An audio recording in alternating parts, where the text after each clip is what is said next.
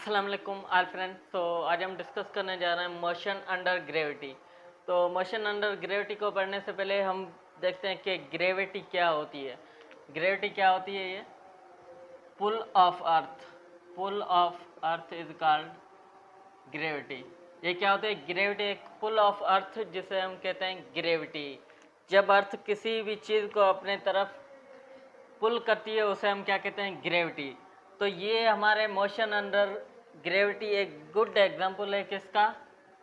Uniform acceleration motion, accelerated motion. ये हमारे पास एक अच्छा एग्जांपल है किसे? यूनिफॉर्म एक्सीलरेटेड मोशन का। जो हमने पहले 3 इक्वेशन पढ़ रखी है यूनिफॉर्मली एक्सीलरेटेड मोशन, वो इसका क्या है? मोशन अंडर ग्रेविटी एक अच्छा सा एग्जांपल है, गुड एग्जांपल है किसका? यूनिफॉर्म एक्सीलरेटेड मोशन का। कौन? Motion under gravity. ग्रेविटी क्या होती है? Pull of earth is called gravity. अगर अर्थ किसी भी चीज़ को पुल करती रहे अपने तरफ तो उसे हम क्या कहते हैं? ग्रेविटी। अब सपोज करते हैं मैं इस मार्कर को यहाँ ऐसे फेंकता हूँ, तो ये मार्कर क्या है?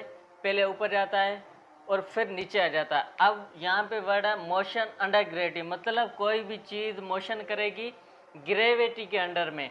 हम उसे मोशन नहीं कराएंगे, क्या करेगी? ग्रेविटी के अंडर में मोशन करती है, उसे हम क्या कहते हैं? Motion under gravity. सपोज ये मैंने फेंका, फिर नीचे आ गया। अब मैंने तो यहाँ से फेंक दिया लेकिन वो फिर से ऊपर आया, किसकी वजह से?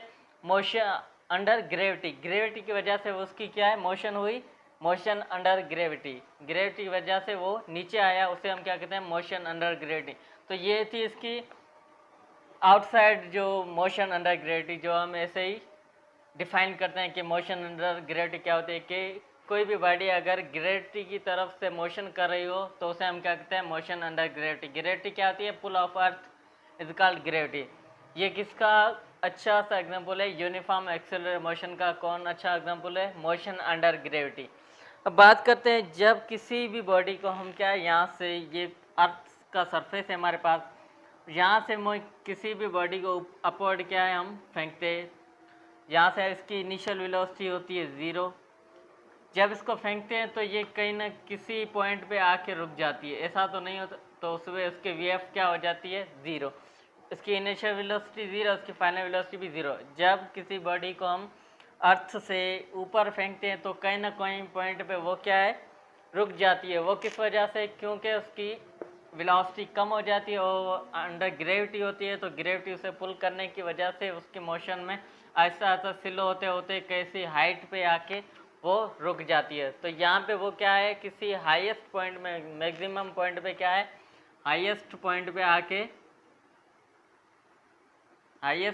आके क्या है? वो रुक जाती है, या मैक्सिमम पॉइंट पे आके वो रुक जाती है।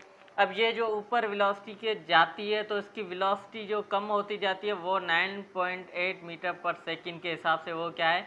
कम होती जाती है। जैसे ही ऊपर जाती है तो उसकी वेलोसिटी 9.8 कम हुई, फिर ऊपर जाती है यहाँ पे 9.8 मीटर कम हुई, जैसे ही ऊपर जाती है और लास्ट में आके उसकी वेलोसिटी क्या है?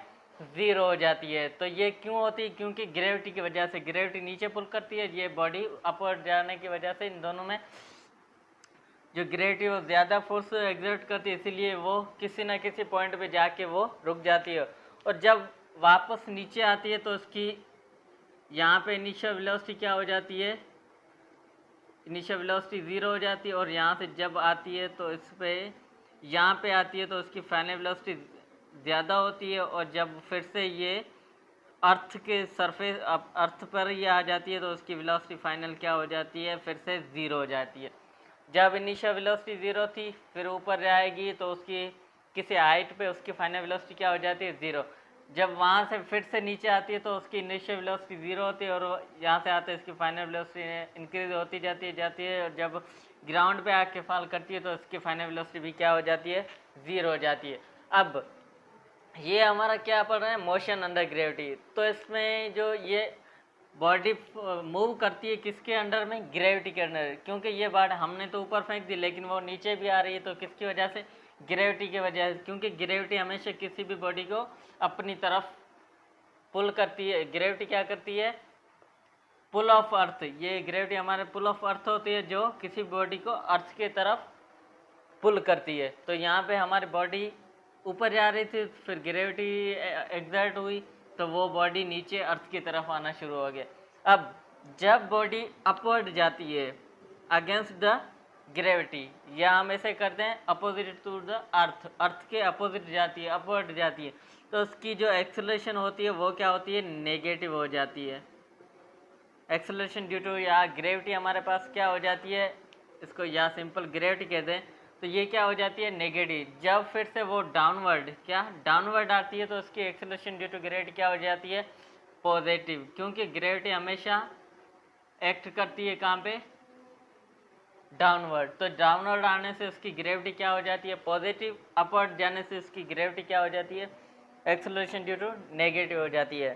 तो ये था क्या, हमारी एक पॉजिटिव और नेगेटिव। पॉजिटिव कब होती है, जब किसी भी बॉडी को हम अगेंस्ट द ग्रेविटी फेंकेंगे। ये मैंने ऊपर फेंकी तो ऊपर जाने की वजह से उसकी ग्रेविटी नेगेटिव, और डाउनवर्ड आने की वजह से उसकी ग्रेविटी क्या, पॉजिटिव, क्योंकि अर्थ किसी बॉडी को डाउनवर्ड फोर्स एक्सर्ट करती है तो वो pull of earth towards earth, pull of अर्थ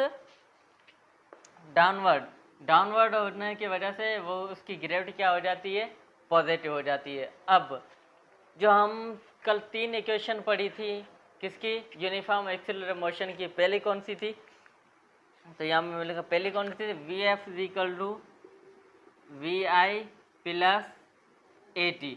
अब यहाँ पे जो ए आ रहा है उसकी जगह से हम कह देंगे जी, क्योंकि ये ग्रेविटी की वजह से एक्सेलरेशन मोशन ग्रेविटी की वजह से कर रही थी, तो उसकी वैल्यू हम क्या पुट कर दें, जी। तो यहाँ पे ए की जगह क्या पुट कर दें, ए की जगह हम क्या पुट कर देंगे, जी। तो यहाँ पे ए है, वहाँ पे हम पुट कर देंगे जी। इसी तरह दूसरी equation S is equal to V I T plus half A T है, ए टी स्क्वायर। जहाँ पे ए होगी वहाँ पे हम फिर से पुट कर देंगे जी, क्योंकि ये हमारे पास इक्वेशन चेंज हो जाएंगी motion under gravity. Uniform accelerator motion वाली इक्वेशन चेंज हो जाएंगी मोशन अंडर ग्रेविटी, तो वो कैसे होंगी, सिर्फ जी पुट कर देंगे तो उसकी वो इक्वेशन चेंज हो जाएंगी मोशन अंडर ग्रेविटी। और यूनिफॉर्म एक्सिलरेटर मोशन की जो इक्वेशन है वो चेंज किस में हो जाएंगी, सिर्फ जी पुट करेंगे उसकी जगह, ए की जगह, तो हमारे पास ये उसकी इक्वेशन ऐसे हो जाएंगे। तो तीसरी इक्वेशन थी two A S is equal to V F square minus V I square. जहाँ पे ए वहाँ पे हम पुट कर देंगे जी। तो ये हमारे पास क्या आ जाएंगी, मोशन अंडर ग्रेविटी की 3 इक्वेशन आ गई। कौन सी, मोशन अंडर ग्रेविटी की 3 इक्वेशन आ गई। ये भी उसी तरह हम पुट करेंगे, वी आई 0 रखेंगे, वी एफ कैसे 0 रखेंगे, तो वो उसी तरह वी आई कब 0 रखेंगे, जब कोई बॉडी अभी रेस्ट में हो, कहीं पे जा नहीं हो। और वी एफ कभी कहाँ पे पुट करेंगे 0, जब कोई बॉडी चलते कहीं पे रुक जाती है। जैसे हमने यहाँ से फेंकी, यहाँ पे आके रुक गई, मैक्सिमम हाइट पे अगर कोई बॉडी रुक जाती है तो वी एफ इसकी 0, तो यहाँ पे हम 0 पुट रहे हैं। तो उसी तरह कैसे पुट करते हैं वो हम सीखते हैं। अब जो हमारी ग्रेविटी होती है, हम तो कहते हैं नॉर्मल में हम कहते हैं कि जो हेवियर बॉडी होती है वो होती है वो जल्दी अर्थ पे गिरती है as compared to lighter body. अब सपोज ये लाइटर बॉडी, अब जो हेवियर बॉडी होता है वो जल्दी से फॉल करती है अर्थ पे as compared to lighter body. तो ये किसने कहा था, अरिस्टोटल ने कहा था thought that heavier objects would fall more rapidly because of their weight. जो हेवियर ऑब्जेक्ट्स होते हैं वो जल्दी अर्थ पे फॉल करते हैं क्योंकि इसका वेट ज़्यादा होता है। वेट ज़्यादा होने की वजह से वो जल्दी अर्थ पे गिरते हैं, और लाइटर होने की वजह से वो जल्दी नहीं गिरते। तो उसके बाद गुलिले ने बताया in the absence of air resistance all objects fall with the same. तो गुलिले ने ये कहा था कि इन द एब्सेंस, अगर हम एयर रेजिस्टेंस को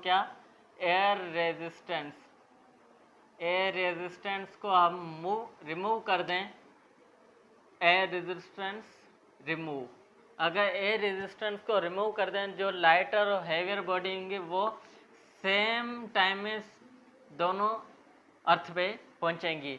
ये लाइटर बॉडी और हैवियर बॉडी दोनों एक ही टाइम में अर्थ पे आके फॉल करेंगी या गिरेंगी या पहुंचेंगी।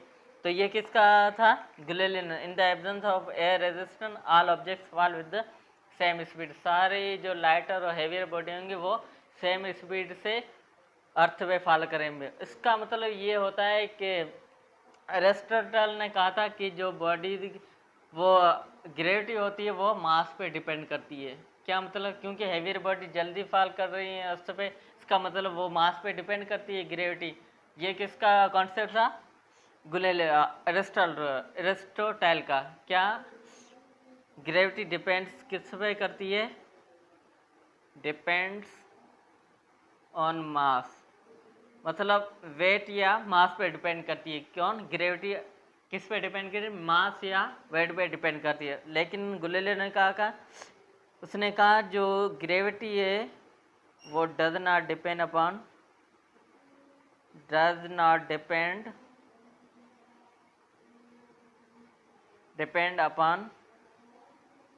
मास ओवर वेट।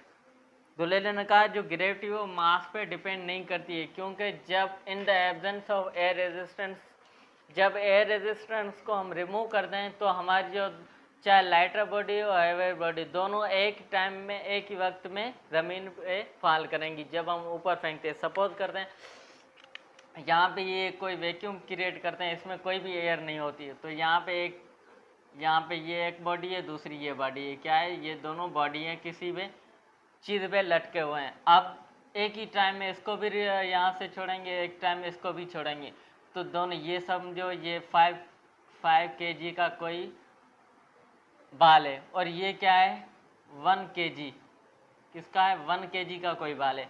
दोनों को जब फॉल करेंगे इन द एब्सेंस ऑफ ये रेजिस्टेंस तो दोनों एक ही टाइम में अर्थ पे फॉल करेंगे या एक ही टाइम में किसी जगह पे फॉल करेंगे। तो इसका मतलब ये होता है कि ग्रेविटी जो है वो मास पे डिपेंड करती नहीं है जब एयर रेजिस्टेंस को हम रिमूव कर दें। अगर एयर रेजिस्टेंस होगी तो वो मास पे डिपेंड करती होगी, लेकिन अगर एयर रेजिस्टेंस को रिमूव कर देंगे तो वो क्या है, मास पे डिपेंड नहीं करती।